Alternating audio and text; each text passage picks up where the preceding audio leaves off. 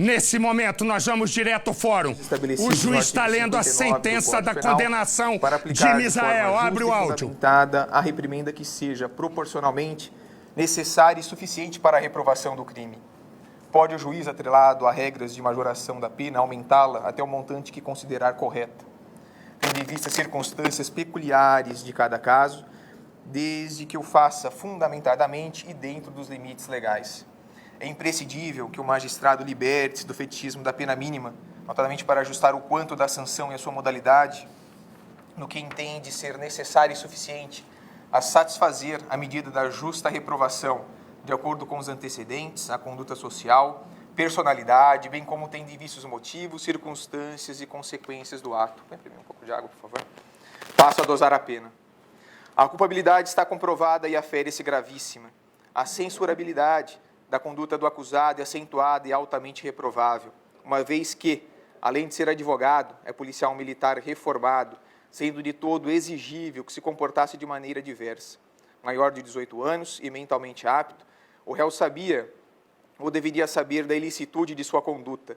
Com efeito, demonstrou absoluta insensibilidade para com a vida humana, valorando-a para menos que seu prazer possessivo totalmente descabido. A conduta desprezível arquitetada pelo agente é que surge altamente repugnante e supera os limites do tolerável. Mais 1 ano. No caso, o exame, o sentenciado não é portador de antecedentes criminais. Quanto à conduta social, é desconhecida desse julgador. Com relação à personalidade, devem ser lembradas as qualidades morais do apenado, sua boa ou má índole, o sentido moral do criminoso, bem como sua agressividade e o antagonismo em relação à ordem social e seu temperamento. HC 91.176/SP, relator ministro Eros Grau, julgamento que ocorreu no dia 16/10/2007. Na espécie, a análise dos fatos demonstra que o agente possui uma personalidade agressiva, covarde e irresponsável, além de ter demonstrado frieza em sua empreitada, patenteando intensa violência na prática delitiva. Não bastassem os tiros, a vítima foi jogada ainda viva numa represa, talvez desacordada, sendo certo que não sabia nadar. Em outras palavras, o resultado morte era mais do que esperado. Tem personalidade egoística, voltada à satisfação de seus instintos mais básicos, sendo-lhe indiferente às consequências infaustas de seus atos sobre seus semelhantes. Infelizmente, não existe o crime de perjúrio no ordenamento jurídico pátrio. Por outro lado, não há dúvida sobre o direito ao silêncio, podendo o réu, durante o seu interrogatório, nada responder sobre uma ou todas as questões que lhe forem dirigidas, sem que isso possa lhe acarretar qualquer prejuízo. Todavia, uma coisa é permanecer em silêncio, ato nitidamente omissivo. Outra, bem diferente, é mentir, conduta altamente ativa, antiética e contrária aos valores mais comezinhos da sociedade, não nos parecendo assim que exista uma garantia ao suposto direito invocado. Na verdade, não estamos diante de um direito de mentir, mas simplesmente da não punição criminal da mentira, salvo se a sua postura redundar na inculpação de terceiros, no desvio da investigação para a busca de fatos inexistentes, ou mesmo se consubstanciar na assunção de ilícitos executados por outras pessoas, com o objetivo de inocentar o real criminoso, dando-lhe proteção em troca de uma promessa de recompensa ou qualquer outra espécie de benefício escuso. Com devido respeito, não se pode tolerar o perjúrio como se fosse uma garantia constitucional, até pelo fato de o réu não precisar mentir para exercer o seu direito ao silêncio. A verdade é sempre um valor a ser defendido pelo Estado, o qual jamais poderá permitir e estimular a mendacidade. Esclarecendo, caso silencie, nada lhe acarretará, logo não precisa mentir. Ao mentir, o acusado o faz de modo intencional, notadamente para enganar o julgador, na espécie os jurados, e beneficiar-se da própria torpeza, perfídia ou malícia, em detrimento de bens jurídicos relevantes para a Magna Carta e o processo penal.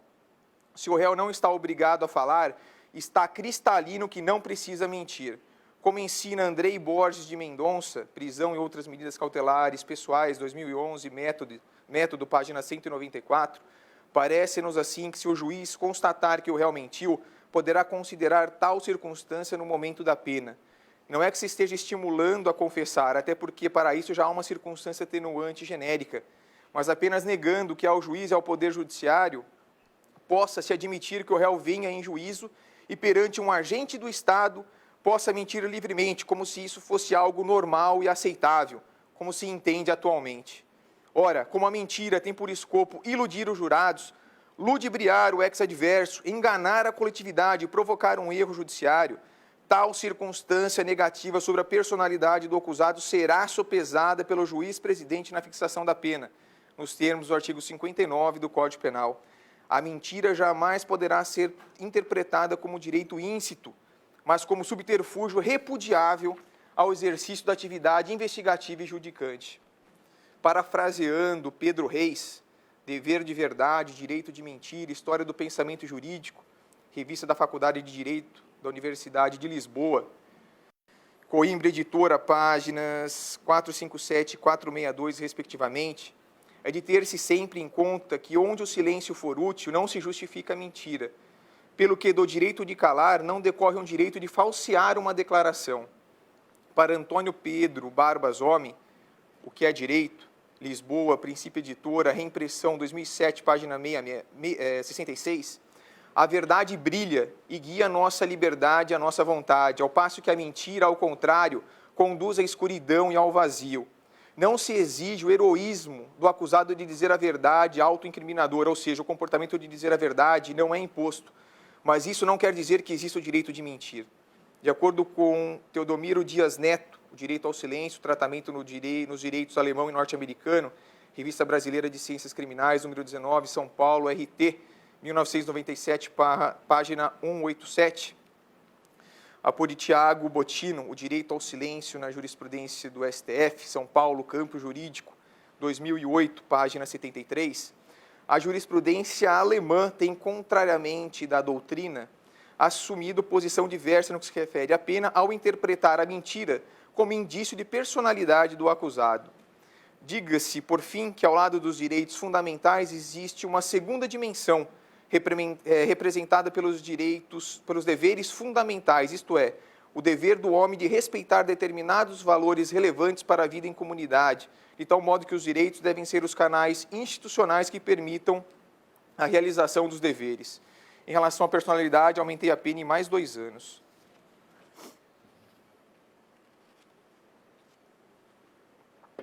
O motivo do crime foi torpe, consistente no rompimento do relacionamento amoroso.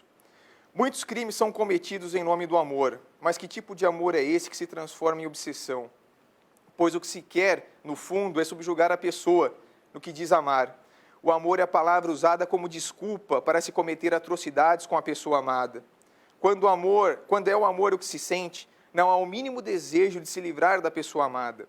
O que se denota claramente no caso concreto é a força, poder e o domínio que se quer ter sobre a vítima de um crime passional. Não confundas o amor com o delírio de posse, que acarreta os piores sofrimentos, como depressão, sintomas psicossomáticos, ansiedade, baixa autoestima, entre outros. Porque, contrariamente à opinião comum, sentimento, amor não faz sofrer. O instinto de propriedade, que é contrário do amor, esse é que faz sofrer. O amor verdadeiro começa lá onde não se espera mais nada em troca. Resumindo, os gestos de amor são humildes e jamais podem levar à morte da pessoa amada. É imperioso punir de forma mais gravosa aquele que submete mulher à violência, como aqui, mais 1 ano em relação à pena. Já as circunstâncias evidenciam dolo intenso, eis que exorbitaram o que é inerente ao tipo, na medida em que o acusado agiu premeditadamente, aproveitando-se do fato de a vítima ser sua ex-namorada, a qual foi atraída ardilosamente para uma cilada, consumando o crime em lugar ermo para dificultar a descoberta e garantir a impunidade, tanto que o corpo permaneceu por longo tempo imerso nas águas de uma represa situada no município de Nazaré Paulista, sendo encontrado em avançado estado de decomposição. Tais circunstâncias demonstram que o fato em questão não constituiu um episódio acidental na vida do réu, identificando o verdadeiro desvio de caráter a exigir uma maior reprovabilidade, mais 1 ano. As consequências, como ensina Guilherme Nucci, são um mal causado pelo crime, que transcende ao resultado típico. Código Penal Comentado, 10ª edição, São Paulo, RT 2010, página 407. Em caso, foram graves, pois a vida de uma jovem de 28 anos foi ceifada subitamente, provocando danos psicológicos incomensuráveis e irreparáveis aos familiares. O sentimento que toma conta da família em uma perda ultrajante, desumana e diabólica é intangível. A saudade inextinguível os acompanhará enquanto viverem. Nesse mesmo contexto, também deve ser levada em conta a comoção social, o sentimento de revolta e agressão à sociedade ordeira. A repercussão social ultrapassou as fronteiras deste município, mercê da divulgação e da crítica jornalística salutar.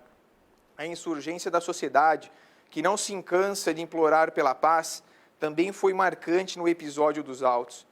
A violência que encampa todos os níveis da sociedade brasileira já sensibilizou os nossos legisladores, que os levou a elaborar um regramento procedimental mais célere e rígido, inclusive quanto aos prazos processuais.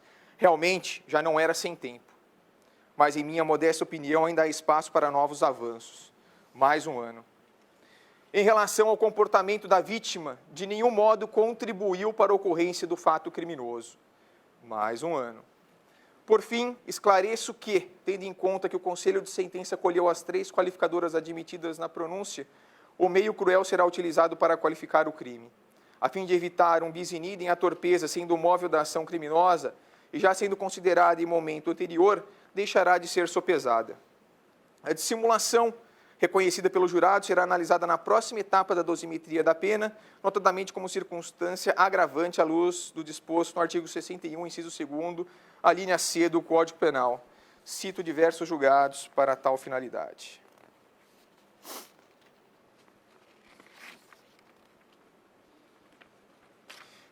Fixo, pois, a pena base em 19 anos de reclusão. Conforme mencionado alhures, reconheço a qualificadora do recurso que dificultou e impossibilitou a defesa da vítima como circunstância agravante, passando a reprimenda ao patamar de 20 anos de reclusão. Sanção que torna definitiva a míngua de outros elementos que justifiquem qualquer alteração. O regime de rigor deverá ser o fechado para o início do cumprimento da reprimenda, nos termos da Lei 11.464/2007. Ademais, a quantidade da pena superior a 8 anos de prisão, por si só, obriga a fixação do regime prisional mais severo. Por força do parágrafo 2º do artigo 387 do CPP, com a nova redação dada pela Lei 12.736/12, deverá o juiz da esfera de conhecimento, após fixar a pena definitiva e o regime inaugural de cumprimento da expiação, dedicar um novo capítulo na sentença condenatória para análise de eventual progressão de regime. Entre mentes, o desconto imposto pela novel legislação deve ser ponderado à luz das regras esculpidas na Lei de Execução Penal e não como mero cálculo aritmético isolado, sob pena de permitir ao condenado uma progressão de regime impróprio, ou seja, com lapsos temporais reduzidos e desconhecimento completo de seu mérito pessoal, em total arrepio às regras existentes, as quais, diga-se de passagem, não foram revogadas. Em outras palavras, o período de detração para fins de progressão de regime prisional já na fase de conhecimento, além de corresponder às frações de 1/6 crimes comuns, ou 2/5 ou 3/5 crimes hediondos, primários ou reincidentes, não tem o condão de desautorizar o juiz na aferição do mérito sentenciado, que será verificado pelo atestado de comportamento carcerário, em alguns casos de parecer criminológico, notadamente quando houver necessidade de um exame mais acurado sobre o progresso de ressocialização. Cumpre registrar que a inovação legislativa institui uma interação entre as jurisdições penais de conhecimento e executiva, propiciando ao magistrado da primeira etapa de cognição o reconhecimento de eventual progressão de regime prisional, desde que presentes os requisitos objetivos e subjetivos previstos na lei de regência. Pensar de forma diversa é fornecer um tratamento não isonômico a pessoas em situação jurídica semelhante, vaticinando, inclusive, a sua inconstitucionalidade. No caso, não há como aplicar o artigo 387, parágrafo 2º do Código de Processo Penal, notadamente pela ausência de requisito objetivo. Em face do direito adquirido, como a condenação criminal que ainda não transitou em julgado, ocorreu em data posterior à consumação do ato jurídico perfeito, o resguardo dos proventos decorrentes de sua aposentadoria é medida de rigor. Tendo em vista que o réu respondeu ao processo preso por força de prisão preventiva, não teria sentido que só após a condenação viesse a ser solto, sobretudo quando subsistem os motivos da custódia cautelar, inteligência do artigo 492, inciso 1º, a linha E do Código de Processo Penal. Crime gravíssimo em que a periculosidade do agente está íncita em sua conduta, autorizando a manutenção no cárcere para resguardar a ordem pública e garantir a aplicação da lei penal. Transitada em julgado, esta sentença lance seu nome do réu no rol dos culpados, em seguida providencia a serventia a expedição de guia ao juízo das execuções criminais para cumprimento da pena imposta, arquivando-se os observadas cautelas de estilo. Não havendo pedido da parte representante legal da vítima, incabível a condenação e indenização mínima, CPP, artigo 387-4, pois, do contrário, ocorrerá um julgamento extra petita. Condena o réu ao pagamento de 100 UFESPs, inteligência do artigo 4º, parágrafo 9º, a linha A da Lei 11.608/03, lida presente sentença em plenário, dá-se publicado e intimadas as partes, registre-se, comunique-se, Guarulhos, 15 de março de 2013, às 17h35, 14 de março de 2013, às 17h35, Leandro Jorge Bittencourt Cano, juiz-presidente. Doutor promotor, tem algum requerimento a fazer? Nenhum, excelência. Assistente, algum requerimento? Nenhum, excelência. Defensores, algum requerimento? Agradeço as palavras que foram dirigidas pelo nobre representante do Ministério Público, o ilustre assistente, os ínclitos defensores. Agradeço a Deus pela ter me dado sabedoria para conduzir essa causa.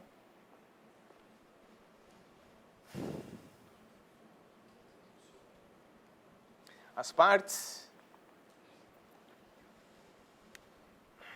ao presidente do Tribunal de Justiça, assessoria de imprensa,